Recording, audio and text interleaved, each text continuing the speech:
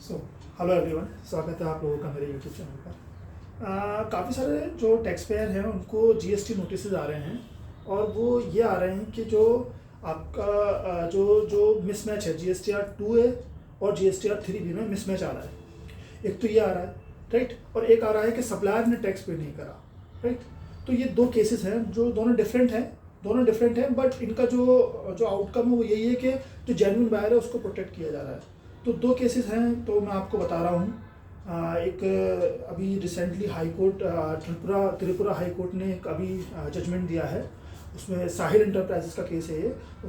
इसमें साफ साफ ये त्रिपुरा हाई कोर्ट ने बोला है कि अगर बायर जो है जेन्युइन है और उसके पास पेमेंट है, उसके पास पेमेंट का प्रूफ है, उसने गुड्स रिसीव कर ली है, उसके पास टैक्स इनवॉइस है, तो फिर बायर से रिकवरी ना करा जाए, पहले सप्लायर से रिकवरी करा जाए। तो सेक्शन 16(2)(c) की कंडीशन है ना, उसको उन्होंने इस तरह से बताया है। तो ये एक बहुत इंपॉर्टेंट केस है जो कि आप अपने जो आपके केसेस में आप अपने जो भी केस आपका रिप्लाई आप सबमिट करोगे उसमें ये कोट कर सकते हो। साहिल इंटरप्राइजेस का है, ठीक है ना, त्रिपुरा हाई कोर्ट का ये ऑनरेबल त्रिपुरा हाई कोर्ट का ये जजमेंट है। दूसरा एक केस और है सनक्राफ्ट एनर्जी का। इसमें क्या है कि जीएसटीआर 3B और 2A का मिसमैच था, तो डिपार्टमेंट बोल रहा है कि रिवर्स करिए, ठीक है ना। ये कलकत्ता हाई कोर्ट का केस है। तो इसमें भी आप क्या देखेंगे कि जो जेन्युइन टैक्स पेयर है उस पर उसको जो है उससे रिकवरी ना करा जाए, पहले सप्लायर से रिकवरी करा जाए, ठीक है ना। मेरे पास तो पेमेंट भी का प्रूफ है, मेरे पास तो गुड्स भी रिसीव हो चुके हैं, सर्विस भी आ चुकी है, मेरे पास इनवॉइस भी है, तो फिर मैं डबल टैक्स क्यों दूँ भाई? एक बार तो मैंने उसको दे दिया सप्लायर को, अब मैं दोबारा रिकवरी जब हो रही है मुझसे तो मैं दूँ। तो ये यही इन केसेस यही बताया गया है।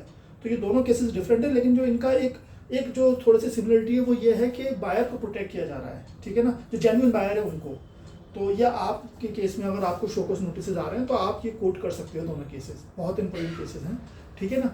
और अगर आप लोग चाहते हो कि किस तरह से हम लोग रिप्लाई बनाएं इसका, तो आप लोग मुझे जो है वो कमेंट बॉक्स में लिख के बताओ, मैं आपको असिस्ट कर सकता हूँ इसमें कि आप किस तरह से रिप्लाई ड्राफ्ट कर सकते हैं। तो आपके जो शोकॉज नोटिस है वो ड्रॉप हो जाएंगे, ठीक है। अच्छा, और अगर शोकॉज नोटिस के बाद सपोज करिए अगर डिमांड निकल गई है तो उस केस के तो आप अपील कर सकते हैं, आप अपलेट अथॉरिटी पे अपील कर सकते हैं। आप अपील के अगर 3 मंथ्स का टाइम नहीं निकला है फ्रॉम दी डिमांड ऑर्डर तो आप अपील में भी जा सकते हैं, ठीक है ना।